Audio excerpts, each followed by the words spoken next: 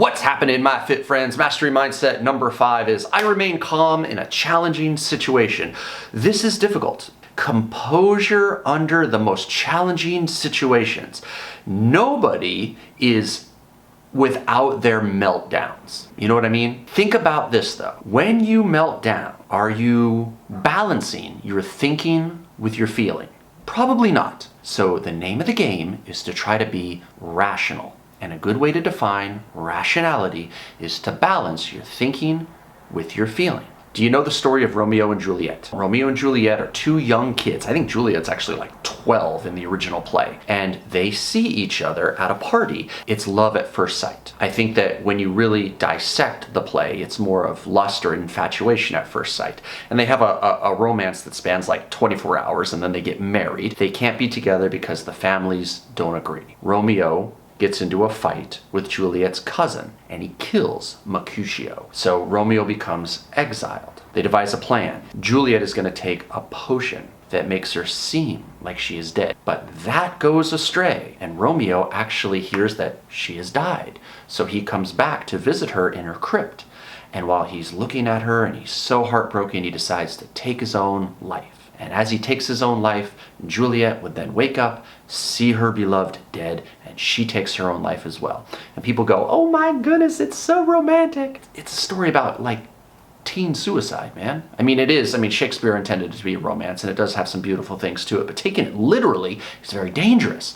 I mean, my goodness, how many of us, when we were young, saw somebody and were like, oh my gosh, they're amazing. Everything about them, the way they smell, their hair, their eyes, their lips, the way they say this is just so adorable. I can't get enough. I can't stop thinking about them. Give it like 3 months and all those things are going to be complemented by all kinds of little annoyances, like, my goodness, why do you have to breathe while you're standing there so loud? Oh my goodness, I've heard that story from you like 28 times. Say something new. You just get on my nerves. And this is where you start to really understand what love is, because love is to appreciate and accept the good with the bad. Is the bad a problem or an inconvenience?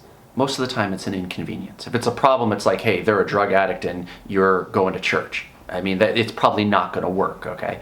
But the idea is to understand that in the initial stages, you are overcome with emotion and probably not thinking clearly enough to balance what you're feeling. And as a result, we might do extreme things. In fact, the last line of Romeo and Juliet isn't, never was there more a story of love and romance than this. The end line is, never was there a tale of more woe than that of Juliet and her Romeo. You know what woe is?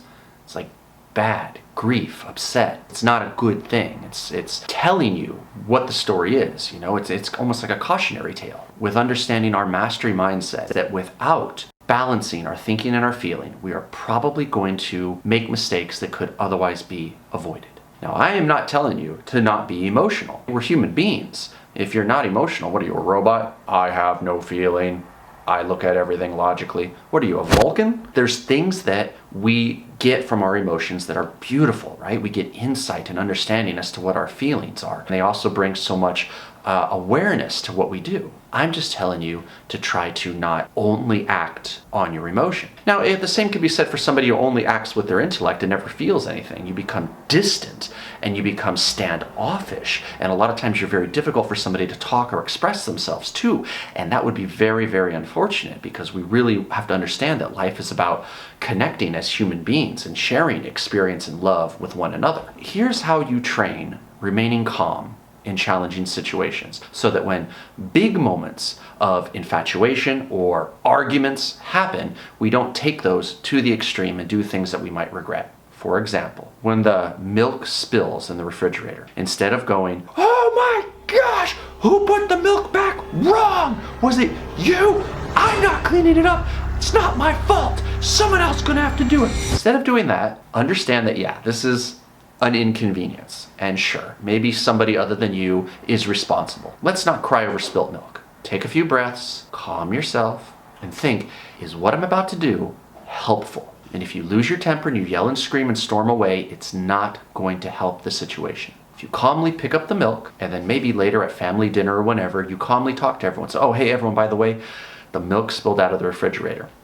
I'm not saying anyone here is responsible, but something happened and the milk fell. Could we just be a little bit more mindful so it doesn't happen again? Your family might say something like, yeah, that's okay. And that would be ideal. There could be some other things. If your family is used to everybody accusing one another, the first thing you might hear is, oh, I didn't do it. But that'll subside in time. Remember, it's about being consistent. If you consistently adopt this behavior of remaining calm in challenging situations and having discussions with your family, the communication won't break down as quickly into accusing or denying. And remember, a lot of times, especially with kids, people accuse or deny to avoid getting in trouble. So if the repercussions to any mistake that happens is someone's going to get punished, yeah, people are going to try to shift blame. But what we would really want is more ownership. And then things become much more peaceful and civil, and the family becomes closer, and little inconveniences are solved, and bigger problems are hopefully kept a little more under control, so we don't start burning bridges and resenting each other, but instead solving problems and continuing to love each other. So, mastery mindset number 5, I remain calm in challenging situations.